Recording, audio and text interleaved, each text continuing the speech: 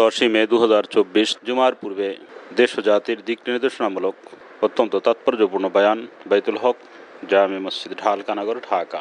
আল্লাহ পাক জাল্লা জালাল ওয়া মানওয়ালু এই বান্দাদের জীবনে, ঈমানওয়ালাদের জীবনে কখনো ভয় ভীতি পেরেশানির কোনো বিষয় যে দেন, সেটার উদ্দেশ্য থাকে একদম জড়সড় হয়ে আল্লাহর হয়ে থাকো, ভীত হয়ে একদম আল্লাহর হয়ে থাকো, আল্লাহর দিকে মোতাবজ্জ থাকো, এদিক সেদিক ছুটাছুটি আর না করো। এদিক সেদিকের এই অন্যায় ছুটাছুটি, লাগামিন ছুটাছুটি আর না করো। দেখলে মিল আর জাত নেশে এহতেজাম মাদরে মুশফিক আজাগম সাত গাম।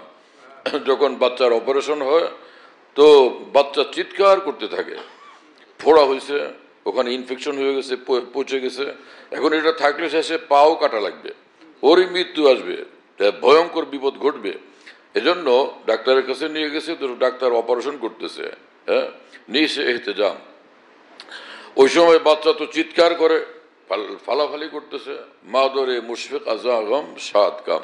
আর এই পেরেশানির মুহূর্তে মা খুব খুশি যে বাচ্চাটার বিপদ থেকে মুক্তির পথ হয়ে গেছে। হ্যাঁ, তো অনুরূপভাবে যে কোনো ধরনের পেরেশানি, বালা মুসিবত কিছুটা এক ঈমানওয়ালার জীবনে যদি আসে, তো সেটার মাধ্যমে মহান আল্লাহ ভয়ঙ্কর কোনো বিপদ এবং বড় পেরেশানি থেকে তার মুক্তির ব্যবস্থা করেন। আল্লাহ তাআলা আমাদেরকে মাফ করেন। তো সে আসল ভয়, আসল আতঙ্ক, আসল বিপদ হলো কাফেরদের। দুনিয়াতেও আল্লাহ তাদের সাথে নাই, কবর জীবনও আল্লাহ তাদের সাথে নাই, আর হাসর মাঠও আল্লাহ তাদের সাথে নাই।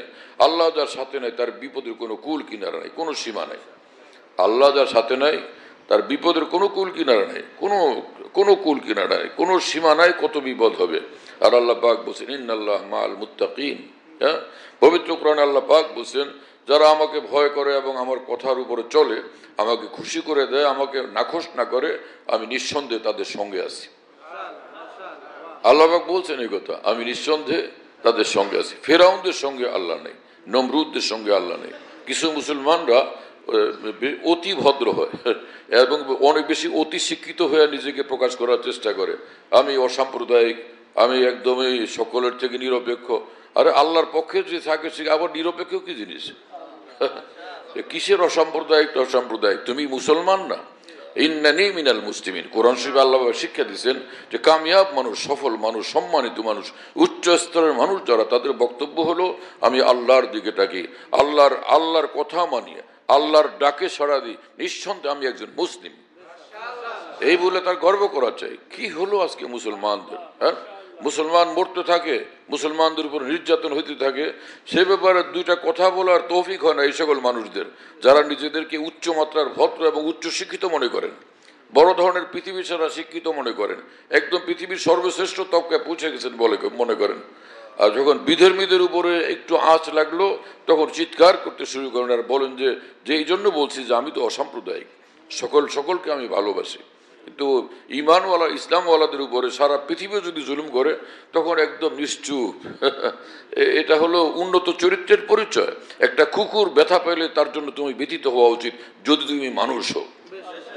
একটা কুকুরের গায়ে যদি কেউ একটা ঢিল ছড়ে তোমার ব্যথিত হওয়া উচিত। আর পৃথিবীর মানুষদের উপর নির্যাতন হচ্ছে, তুমি ব্যথিত হও না, তোমার মুখ খোলার এতটুকু তৌফিক হয় না। আর তুমি বড় শিক্ষিত, বড় নেতা, বড় উচ্চ শ্রেণীর মানুষ, কোন শ্রেণীর মানুষই না তুমি, মানুষের কাতারেই পড়ো না যদি তুমি মানুষের ব্যথা না বুঝো। মানুষ নির্যাতিতের ব্যথা তোমাকে যদি ব্যথিত না করে, তুমি কোনো মানুষই হও না। এখনো কথা বুঝতেছো প্রিয় বন্ধুরা? কোরআন শরীফে মহান রব্বুল আলামিন বলছেন যে ওয়াল আসর ইন্নাল ইনসানা লাফি খুসর। সব যুগ জমানার কসম করে আমি বলি, সর্বযুগে যারাই থাকুক, তো সব যুগ জমানার কসম করে আমি বলি ইন্নাল ইনসানা লাফি খুসর। সব মানুষ বিলকুল ধ্বংসের পথে আছে, সব মানুষ ধ্বংসের পথে আছে। ইল্লাল্লাযিনা আমানু ওয়া আমিলুস সালিহাত, কেবল ওই সকল মানুষ ছাড়া যারা ঈমানওয়ালা, আল্লাহর প্রতি ঈমান এবং বিশ্বাস এবং আল্লাহর সন্তুষ্টিওয়ালা জীবন নিয়ে যারা চলে, এই মানুষগুলো ছাড়া সব মানুষই ক্ষতিগ্রস্ত, সব মানুষই ধ্বংসের পথে আছে। তা আল্লাহ পাক পবিত্র কোরআনে তাই বলেন, তোমার মতো মানুষের কথা আমরা বিশ্বাস করবো না? মহান রব্বুল আলামিন, যিনি আমাদের মহান স্রষ্টা, যার হাতে আসমান জমিনের নিয়ন্ত্রণ এবং চন্দ্র সূর্যের নিয়ন্ত্রণ, দিন রাত্রের নিয়ন্ত্রণ, সে আল্লাহর কথা শুনবো না তোমার কথা শুনবো? তোমার ক্ষমতা কতটুকু? আজকে যদি একটা বিপদ আসে, একটা দুর্ঘটনা ঘটে, হার্ট অ্যাটাক হয়ে যায়, ব্রেন স্ট্রোক হয়ে যায়, তখন তোমার আত্মা পাত্তা কিছু থাকে? তোমার মতো দুর্বলের কথা কেন আমরা বিশ্বাস করব?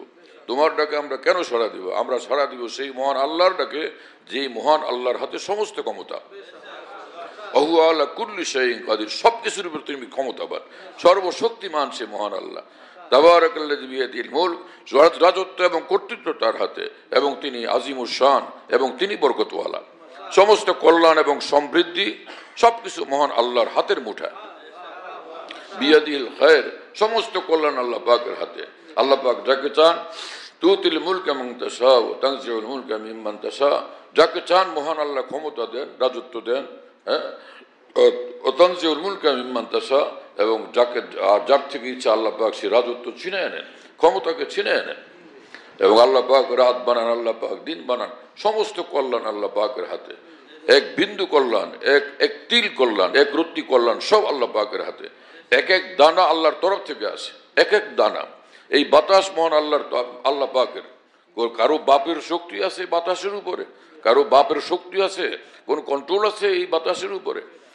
এই দিন রাত্রের উপরে কারো কন্ট্রোল আছে এই পৃথিবীর কোনো মানুষের? এক দৌড়ে গিয়ে মানুষ যে চাঁদে পৌঁছে গেছে, এবং চাঁদের পিঠের উপরে নামতে পারার কারণে, পৌঁছতে পারার কারণে উল্লাস, খুব খুশি। কিন্তু চাঁদের স্রষ্টাকে চিনার এখনো তৌফিক হয়নি। চাঁদ যিনি বানাইছে তার সঙ্গে সম্পর্কের কোনো বিষয় দাঁড়ায়নি। এই লক্ষবার কোটিবারও চাঁদের পৃষ্ঠে গেলে এক বিন্দুও সম্মান মর্যাদার কোনো উন্নতি হয় না, এক বিন্দু সম্মান মর্যাদা বৃদ্ধি পায় না। আর যদি মানুষ যদি জমিনের উপরও থাকে, আর মানুষের চরিত্র চাঁদ তার মধ্যে থাকে, চাঁদে যাওয়া ছাড়াই লক্ষ কোটি চাঁদ, সূরজ এবং আসমান জমিনের চেয়ে তার মর্যাদা ঊর্ধ্বে। যদি সে সত্যিকার মানুষ হয়, তার চাঁদে যাওয়া, মঙ্গলে যাওয়া কোনো জরুরি থাকে না। নমরুদ এবং ফেরাউন যদি হাজারো লাখো কোটি কোটি বার চাঁদে যায়, মঙ্গলে যায়, নমরুদ এবং ফেরাউন কি বড় মানুষ হয়ে যাবে? উন্নত চরিত্রের হয়ে যাবে? সে কি সফল কাম হয়ে যাবে? সে কি ভাগ্যবানদের কাতারে সামিল হবে? আর হযরত বেলাল রাদিয়াল্লাহু তাআলা, হাসান বসরি, কোন ভালো মানুষ, সভ্য মানুষ, ভদ্র মানুষ, সে যদি জমিনেই পড়ে থাকে কিয়ামত পর্যন্ত, তো তার কত বড় মর্তবা, কত বড় সম্মান। সম্মানিত লোককে সকলেই সম্মান করে। সত্যিকার ভদ্র যে, সে সকলের কাছে সম্মান পায়। সম্মান কামনা করার জন্য দরকার হয় না, সম্মান কামনার দরকার হয় না, সম্মানের ভিক্ষা চাওয়ার দরকার হয় না। আমাকে সেলুট দিও, আমাকে সালাম করো, কোনো গার্ড দরকার হয় না, কোনো কিছুর দরকার হয় না। হ্যাঁ, নিজামুদ্দিন আউলিয়ার কোন গার্ডের দরকার ছিল? কাদমউদ্দিন চিশতি রহমতুল্লাহের কোন গার্ডের দরকার ছিল? বড় পীর জিলানী রহমতুল্লাহের কোন গার্ডের দরকার ছিল? ডব্লিউ হান্টার তিনি লিখছেন যে, আমি ভারতে দেখলাম এক অবাক কাণ্ড, যে একটা মানুষ জমিনের তলে থেকে সমগ্র ভারতকে শাসন করতেছেন, সমগ্র ভারত তার দ্বারা প্রকম্পিত। সেই মানুষটা হলেন খাজা মঈনুদ্দিন চিশতি। ধর্মবর্ণ নির্বিশেষে সব মানুষ দেখলাম তার প্রতি শ্রদ্ধাশীল, এবং তাকে এখনো ভীষণ ভয় পায় লোকেরা। তো এটা কি কোনো গায়ের জোরে, শক্তির জোরে? বরং এটা আল্লাহ পাক যাকে সম্মানিত করেন সেই রকম সম্মান লাভ করে। যে সে নমরুদ হলে সম্মান আসে না, ফেরাউনদের পথ পরিহার করার তৌফিক আমাদের কবে হবে? কথাই এরকম বলতে শুরু করছে মুসলিম জাহানের অসংখ্য লোকেরা, যে তাদের কথার মধ্যে ইমানের কোনো আওয়াজ নেই, ইসলামের কোনো আওয়াজ নাই, আল্লাহর ভয়ের কোনো আওয়াজ নাই, আল্লাহর ভালোবাসার কোনো আওয়াজ নাই, আল্লাহর প্রতি কৃতজ্ঞতার কোনোই আওয়াজ নেই, কোনো উচ্চারণ নাই। আল্লাহর প্রতি কৃতজ্ঞতা, আল্লাহর প্রশংসা, সব আওয়াজের উচ্চারণ থেকে জবান একদম তালামারা। এটা কি তোমার উন্নত হওয়ার এবং বড় হওয়ার আলামত? নিজেকে নিচে নামার আলামত, এটা নিজেকে ধ্বংস করার আলামত। ইহুদি খ্রিস্টানদের তালে তালে কথা বলা, তাদের আওয়াজের সাথে মিলে আওয়াজ দেওয়া, এটা কোনো একজন ইমানওয়ালার কাজ হতে পারে? ইমানওয়ালা দুনিয়ার যেখানে যাবে সর্বদা আল্লাহর কথা বলবে, আল্লাহর কথা বলবে, তার আওয়াজের মধ্যে আল্লাহর কথা থাকবে, আল্লাহর প্রশংসা থাকবে, আল্লাহর প্রতি ভক্তি শ্রদ্ধা নিবেদন থাকবে। এক ইমানওয়ালার পরিচিত এমন হওয়া চাই। বড় স্টেজে উঠলে তখন যে ইমানের আওয়াজ বন্ধ হয়ে যাবে, এমন কথা তো কোশ্চিনকাল এক ইমানওয়ালার হইতে পারে না। কত বড় উচ্চ মর্যাদা সম্পন্ন, কত বড় ক্ষমতার অধিকারী, কত বড় পদের অধিকারী তুমি হয়ে গেছো। তুমি কি ওমর ইবনে আব্দুল আজিজ থেকে ঊর্ধ্বে? ওমর ইবনে আব্দুল আজিজ রহমতুল্লাহ আলাইহি দিনের বেলা রাষ্ট্র শাসন করতেন, রাতভর মহান আল্লাহর ইবাদত বন্দেগী কাটাইতেন। সারা রাত্রে জীবনে কখনো এক মুহূর্তের জন্য ঘুমান নাই, পুরা রাত আল্লাহ পাকের ইবাদত বন্দেগীর মধ্যে কাটাইতেন, কান্নাকাটি করতে থাকতেন, নামাজ পড়তে থাকতেন, কোরআনে কারীমের তেলাওয়াত করতে থাকতেন। এবং কোরআন হাতে নিয়ে তেলাওয়াত করতেন, তখন কোরআন শরীফ সে মহান আল্লাহর প্রতি ভক্তি শ্রদ্ধার আতিশয্যে তিনি কোরআনে পাককে চুমু খাইতেন এবং চোখে লাগাইতেন, বুকে জড়ায় ধরতেন। শেখ ওমর আব্দুল আজিজের পায়ের ধুলার সমান যোগ্যতা এবং মর্তবা সম্মান মর্যাদা কি তোমার আছে? সেই মানুষ তো এত বড় হওয়া সত্ত্বেও আল্লাহকে ভুলেন নেই। হ্যাঁ, যখন তিনি রাষ্ট্র শাসনের জন্য বসতেন, দিনের বেলা মানুষের জনগণের সেবা করতেন, জনগণের কল্যাণের কাজ করতেন, তো আল্লাহর উপর ভরসা করে করতেন, আল্লাহমুখী হয়ে করতেন, আল্লাহর ভয়ে বুক ভরা থাকতো। সেই বুক ভরা যে আল্লাহর ভয় নিয়ে তখন রাষ্ট্র শাসন করতেন। সেই মানুষরা সত্যিকার মানুষ ছিলেন, কত বড় মর্যাদাশীল ছিলেন। পৃথিবী তাদের পদানত ছিল, তাদের পায়ের নিচে ছিল। দুনিয়ার মোহে যে আক্রান্ত হয় তো সে লাঞ্ছিত হয়, আর দুনিয়াকে যে পদতলে নিষ্পেষিত করে সে উচ্চ সম্মানের অধিকারী হয়।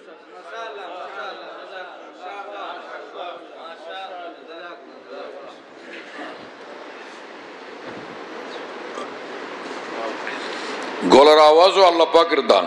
গলার আওয়াজ যে দাও, তো সে গলার আওয়াজ এরকম হওয়া চাই যেটা আখিরাতকে বরবাদ না করে, যেটা জাহান্নামের কারণ না হয়, বরং সেই গলার আওয়াজ যেন আসমানওয়ালার রহমতের কারণ হয়, আসমানওয়ালার সন্তুষ্টির কারণ হয়। যে আয়াত শরীফ পড়লাম কোরআন শরীফ, আল্লাহ পাক বলেন যে ফাআম্মা মান তাগা, যারা সীমা অতিক্রম করে, সীমা লঙ্ঘন করে, ফাআম্মা মান তাগা ওয়া আসারাল হায়াতাদ দুনিয়া, এবং যে ইমানি জীবন আর আখিরাতের জীবনকে বাদ দিয়া দুনিয়ার পাগল হয়, দুনিয়াকে প্রাধান্য দেয়, দুনিয়া করে মরতে থাকে, ফাইন্নাল জাহিমা হিয়াল মাওয়া, নিঃসন্দেহে তার ঠিকানা জাহান্নাম। ওয়া আম্মা মান খাফা মাকামা রাব্বিহি, কাল কিয়ামতে মহান আল্লাহর সামনে দাঁড়ানো লাগবে, এই ভয় যাকে প্রকম্পিত রাখে। হ্যাঁ, ওয়া নাহান নাফসা আনিল হাওয়া, এবং নিজেকে স্বেচ্ছাচারিতা থেকে, লাগামহীন জীবন থেকে যে বিরত রাখে, ফাইনাল জান্নাত হিয়াল মাওয়া, নিঃসন্দেহে তার ঠিকানা জান্নাত। আল্লাহ তাআলা আমাদেরকে সকল মুসলমানকে সেই পথে কবুল করেন, যা জাহান্নামের রাস্তা থেকে হেফাজত করেন। দুনিয়ার যেখানেই থাকে, যেই কাজেই থাকে, যেই পদেই থাকে, যেই বিভাগেই থাকে, যেই স্তরেই থাকে, আল্লাহর কসম আল্লাহকে ভয় করা চাই, ঈমান নিয়ে বাঁচা চাই, আল্লাহর সঙ্গে সুন্দর নিবিড় গভীর একান্ত সম্পর্ক নিয়ে আমাদের বসবাস করা চাই। এইরকম মানুষ যেখানেই যাবে সে কামিয়াব, সে সম্মানিত। হ্যাঁ, এই যে উপজেলা ইলেকশন গেল, তো আমাদের দেশের কোনো এক অঞ্চলের নাম বলতে চাই না, এখন কথা লম্বা হবে, তো উপজেলা নির্বাচনে এই মানুষ এই সর্বপ্রথম তিনি চেয়ারম্যান নির্বাচিত হলেন। তো ওনার সন্তান আমাকে ফোন করছেন, তো এবং গাড়িতে হাজার হাজার মানুষ বেষ্টন করে আছে, গাড়ি চলতেই পারে না। তো বললো যে আবার সঙ্গে কথা বলেন।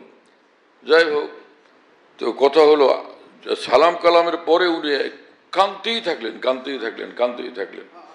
মানে আল্লাহর ভয়, আল্লাহর মহব্বত এতটা যে তিনি বিজয়ী হওয়ার কারণে অহংকারী হয়ে যাননি, বরং তিনি বিজয়ী হওয়ার কারণে এতটা কৃতজ্ঞ মহান আল্লাহর সামনে, কৃতজ্ঞতাপূর্ণ অশ্রু তার দুই চোখ থেকে প্রবাহিত হইতেছে। রাসূলুল্লাহ সাল্লাল্লাহু আলাইহি ওয়াসাল্লাম যখন মক্কা বিজয় করলেন, রাসূলুল্লাহ সাল্লাল্লাহু আলাইহি ওয়াসাল্লাম যে উটের পিঠে ছিলেন, উটের পিঠে থাকা অবস্থায় মাথা এতটা নত করছেন যে যেন না উটের পিঠের সঙ্গে লেগে যাবে, এতটা রাসূলুল্লাহ সাল্লাল্লাহু আলাইহি ওয়াসাল্লাম মাথা নত করে তখন যাইতেছিলেন, আল্লাহকে দেখাইতেছিলেন যে আল্লাহ, আজকের এই বিজয়ের কারণে আমার অহংকার দম্ভ আমাকে স্পর্শ করে নেই, আমি আপনার প্রতি কৃতজ্ঞ, আপনার মহত্বের সামনে আমি নিজেকে পিছিয়ে ফেলতেছি, আমি পিছিয়ে যাইতেছি।